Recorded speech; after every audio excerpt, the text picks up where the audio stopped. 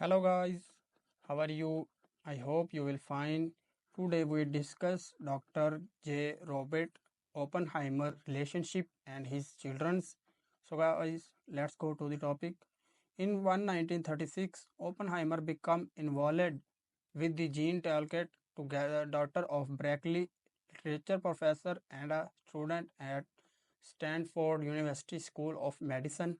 The two had similar political views. She wrote for the Western Worker, a Communist Party newspaper, in 1939. After a temperature relationship, Tarlok broke up with Oppenheimer in August of that year.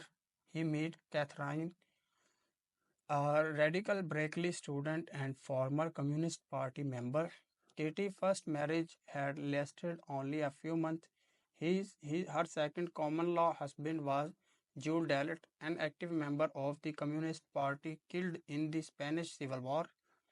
Katie returned from Europe to the USA, where she obtained a Bachelor of Arts degree in botany from the University of Pennsylvania.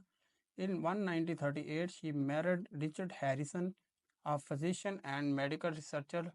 In June 1939, moved with him to Pasadena, California, where he became chief of radiology at a local hospital, and she enrolled as a graduate student at the University of California, Los Angeles.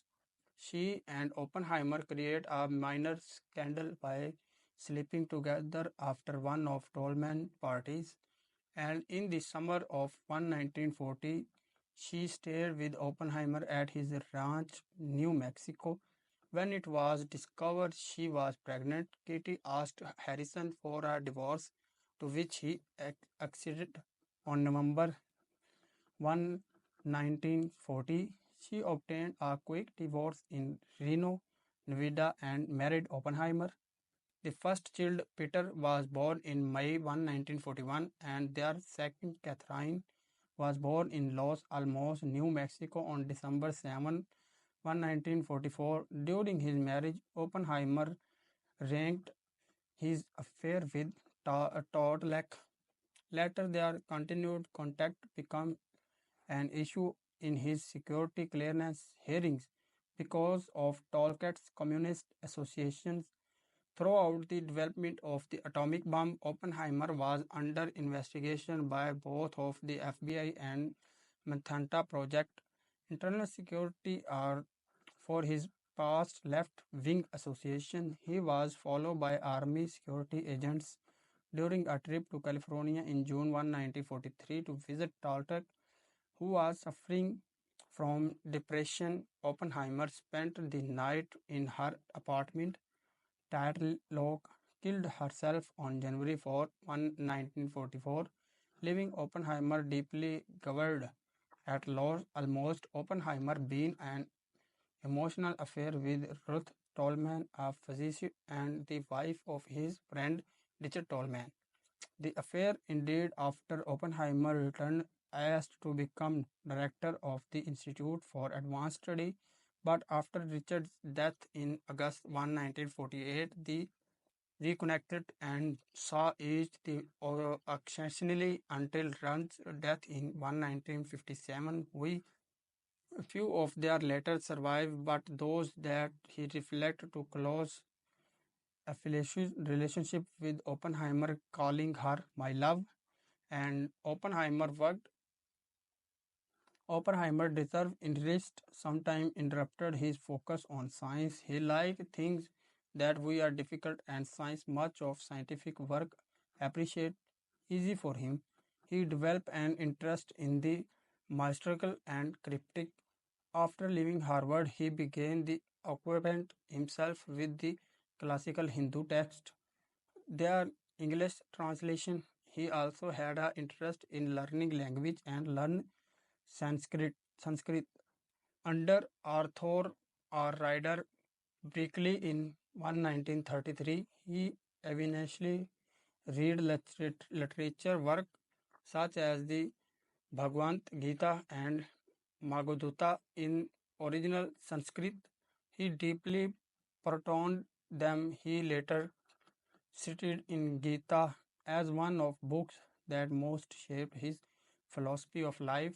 He wrote his brother that the Gita was very easy and quite marvelous.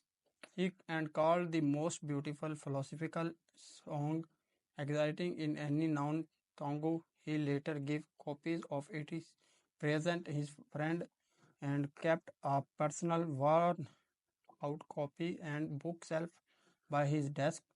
He nicknamed his car Gurudwa the amount bride the Hindu god Vishnu. Oppenheimer never became a Hindu in the traditional sense. He did not join any temple nor pray to any god. He was really taken by the calm and the general wisdom of Bhagavad Gita. His brother said it is particular Oppenheimer interest in Hindu thought started during his early education and association with Niels Bohr.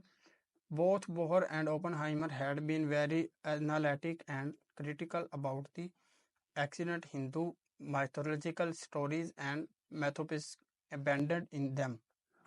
In one conversation with David Havixon before the war, while talking about the literature of ancient Greece, Oppenheimer remarked, I have read the Greeks. I found the Hindus deeper during the 1930s.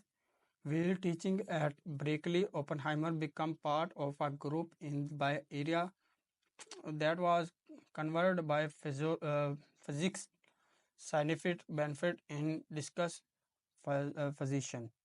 So guys, today we discuss Oppenheimer relationship and Oppenheimer children's. I hope you will enjoy this video. Meet with you next video with next topic. Then stay strong and stay with us.